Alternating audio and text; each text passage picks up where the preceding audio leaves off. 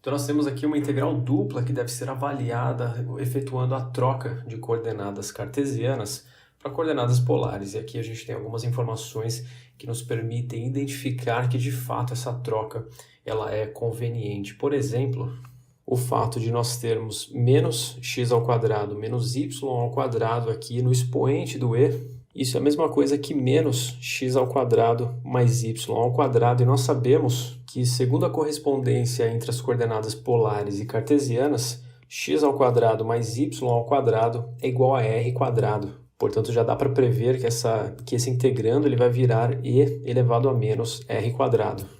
Um outro indicador é ter x como a raiz de 4 menos y ao quadrado, que corresponde a uma semicircunferência, como nós vamos ver adiante. Se x é igual à raiz de 4 menos y ao quadrado, elevando os dois lados ao quadrado, nós encontramos x ao quadrado, que é igual a 4 menos y ao quadrado. Passando esse termo para o lado esquerdo, nós encontramos a equação da circunferência. X ao quadrado mais y ao quadrado, que é igual a 4, sabendo que a equação de uma circunferência mostra o raio ao quadrado do lado direito, quando ela está escrita dessa forma, nós sabemos que aqui o raio vale 2. Nós temos aqui uma circunferência com raio igual a 2, e tome cuidado porque essa equação ela corresponde à semicircunferência ao lado direito do eixo y. Isso porque o x ele é sempre positivo. Aqui nós temos uma raiz positiva de 4 menos y ao quadrado. Portanto, nós temos aqui a nossa região delimitada pelo eixo y e por essa semicircunferência. Nós vamos analisar agora qual é a variação do raio e do ângulo θ. Perceba que o ângulo θ ele varia de menos π sobre 2 até π sobre 2, claro, sabendo que aqui é a referência onde o θ vale 0, portanto o θ vai de menos π sobre 2, ou menos 90 graus, até π sobre 2. Já o raio, ele varia de 0 até o raio da circunferência, que vale 2.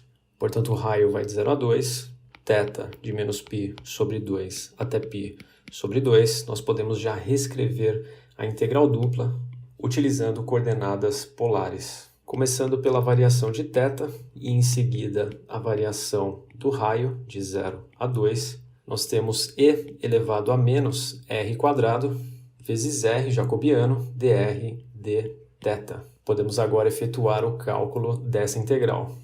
Começando por uma substituição aqui, nós vamos chamar u de menos r quadrado, sendo que a derivada du é igual a menos 2r dr, ou seja, r dr é igual a menos du sobre 2. Vamos trocar também os limites de integração. Para um r que vale 0, nós sabemos que o u é igual a menos r quadrado, portanto, menos 0 ao quadrado, que continua sendo 0. E para um r que vale 2, u é igual a menos 2 ao quadrado, que é igual a menos 4. Cuidado que aqui é 4 negativo e não positivo, dado que não existe um conjunto de parênteses aqui.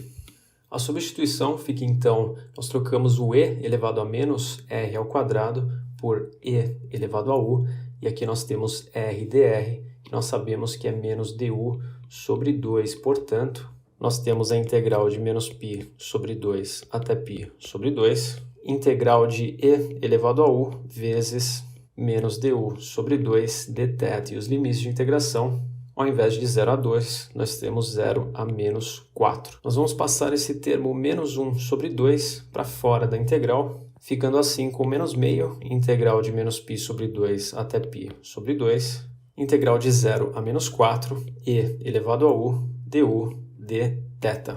Lembrando que a integral de e elevado a u du é igual a e elevado a u, nós ficamos com menos meio, integral de menos π sobre 2 até π sobre 2, e elevado a u, para um u que varia de 0 a menos 4, tudo isso dθ, fazendo a substituição então agora dos limites superior e depois do inferior, nós encontramos menos meio, integral de menos π sobre 2 até π sobre 2, e elevado a menos 4, menos e elevado a 0. Nós sabemos que e elevado a menos 4 é a mesma coisa que 1 sobre e a quarta, e e elevado a 0 é igual a 1. Temos aqui ainda o dθ aqui fora. Nós ficamos então com menos meio, integral de menos π sobre 2 até π sobre 2, de 1 sobre a quarta menos 1 dθ. E repare que esse termo é uma constante. Não existe θ aqui nesses termos, sendo assim, a integral de uma constante vezes dθ é apenas a própria constante vezes θ.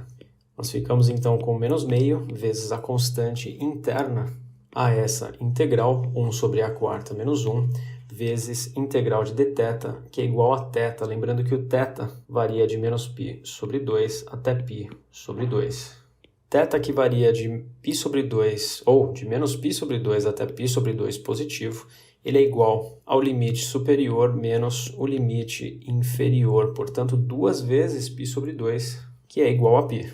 Nós ficamos com menos meio, 1 sobre a quarta, menos 1.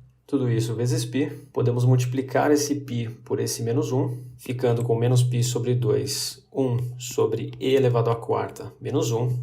E podemos também distribuir esse sinal de negativo aqui para dentro desses parênteses, trocando a ordem desses termos, ficando com π sobre 2, 1 menos 1 sobre e elevado à quarta. E está aqui a resposta do nosso exercício.